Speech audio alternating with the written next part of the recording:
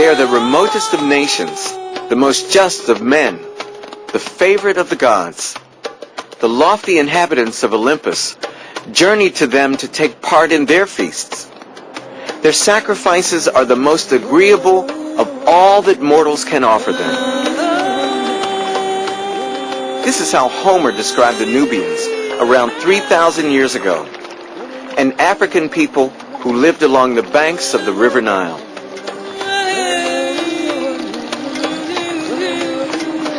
When I was growing up, I used to hear people in my neighborhood talking about black pharaohs.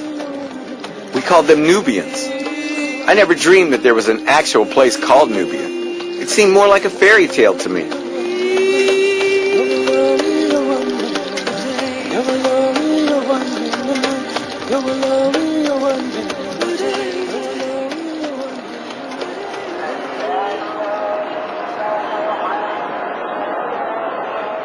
I'm in Cairo at the beginning of my journey in search of ancient Nubia.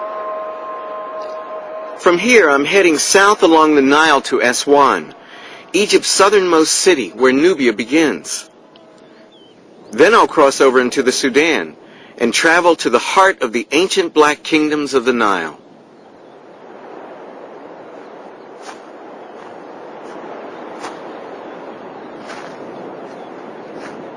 Egypt is the only ancient African civilization most people have heard of.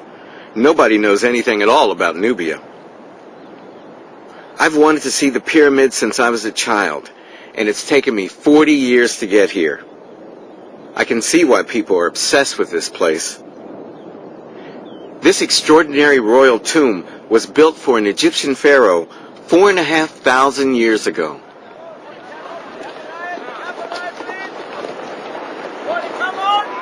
Egypt has become a place of pilgrimage for African Americans trying to rediscover their identity. And for many of us, Nubia is just a black word for Egypt. So why have you come to Egypt? I think for me it's just been a dream come true, and then trying to make a connection to a historical past that we've been misled about all this time. And so, what do you mean we? Oh, I mean I say in terms of African American people, when we look at the history of Egypt, we've always been told that Egypt is out of Africa, not a part of Africa, and to actually be on the continent for me is just a really a big thrill. We were growing up though in school, all the pharaohs looked like white guys. I mean, they could have been from Milwaukee or someplace, or Minnesota like you are. Like, what was that about? I think it was to continually enslave us. I come to get a sense of my history, and not the history that was given as African American in America by the Europeans. Mm-hmm. Well, who do you think built the pyramids? I think Africans built the pyramids.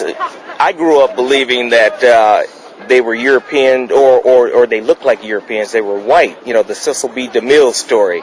And I think they were Nubians, which is dark skin. About your color, darker? I think all shades. Mm-hmm. I think all shades. Just like African Americans becoming a lot of, just like this group. Yeah, exactly. Back home, the real Nubians have got lost in a debate about the color and origins of the ancient Egyptians. But 400 miles south of here, there is still a real place called Nubia, the home of an ancient African civilization that was definitely black. How much a t-shirt? 5 pounds? Too much. I want the Nubian price. I'm a Nubian.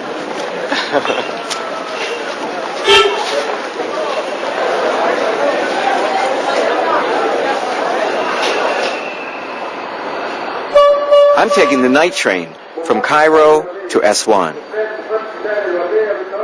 Once, all the land along the Nile, south of Aswan as far as Khartoum in the Sudan, belonged to Nubia. It still exists, but now it's just a region split in two by the border between Egypt and Sudan.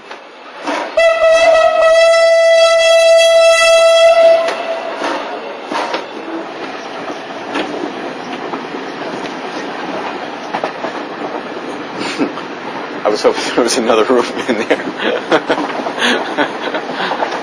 Well, it's cozy.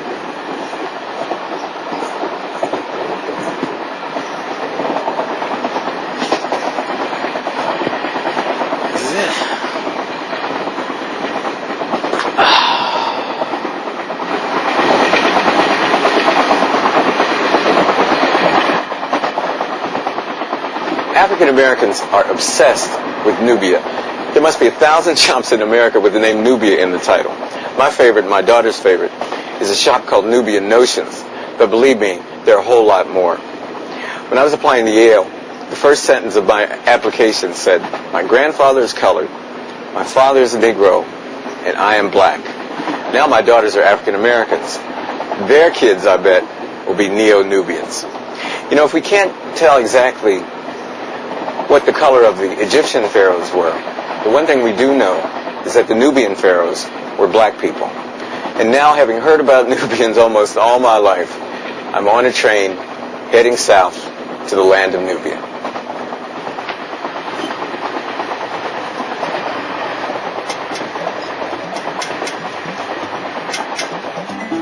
I'm embarrassed to admit that I know so very little about the real Nubians. But the ancient Greeks and the Romans knew the Nubians.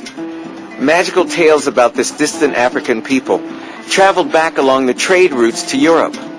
And one of the Nubian kings, named Taharka, is even mentioned in the Bible.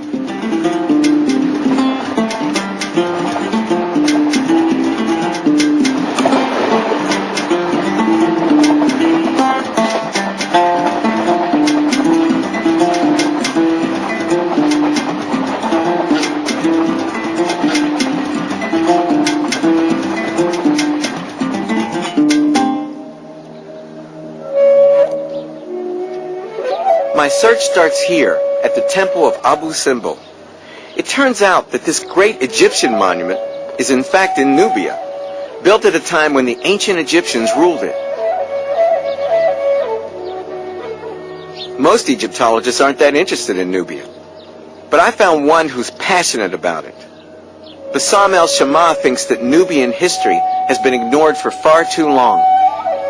Ramesses II, about 1250 BC, a man who ruled our country for about 66 years and 2 months, because that's documented, actually decided him and his very dedicated workers to come here and carve, hewn off the cliffs, a temple dedicated to the Nubian deities.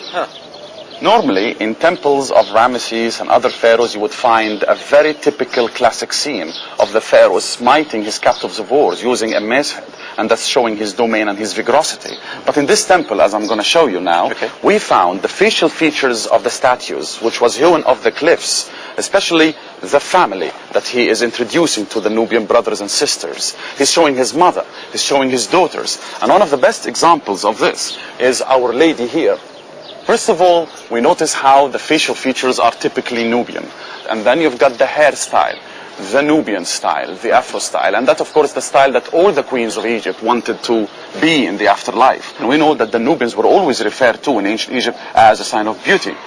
One of the ancient lyrics go, I wish my lover was a Nubian. So that is exactly the attraction of the face itself. I have to admit that I like the idea that the daughters of the pharaoh wanted to look like Nubian princesses, even if it was to persuade the people here to worship them. I don't want to interrupt your narrative, but I have to ask you this. How come you know so much about Nubia, man? You must, you're the blackest Egyptian I've ever seen. Nubia doesn't have to make any effort for anybody to fall in love with her. She's a beautiful culture. She's a beautiful, informative culture. She gave us a lot. And when I came down from Alexandria to Aswan, to the beginning of the heart of Nubia, I decided I want to learn the language, I want to learn the songs, I want to learn the dances, and most importantly, I want to know about those people, about their lives, about their history, about their culture, because they're part of me. So you can marry one of the women, huh? Exactly. If I got lucky.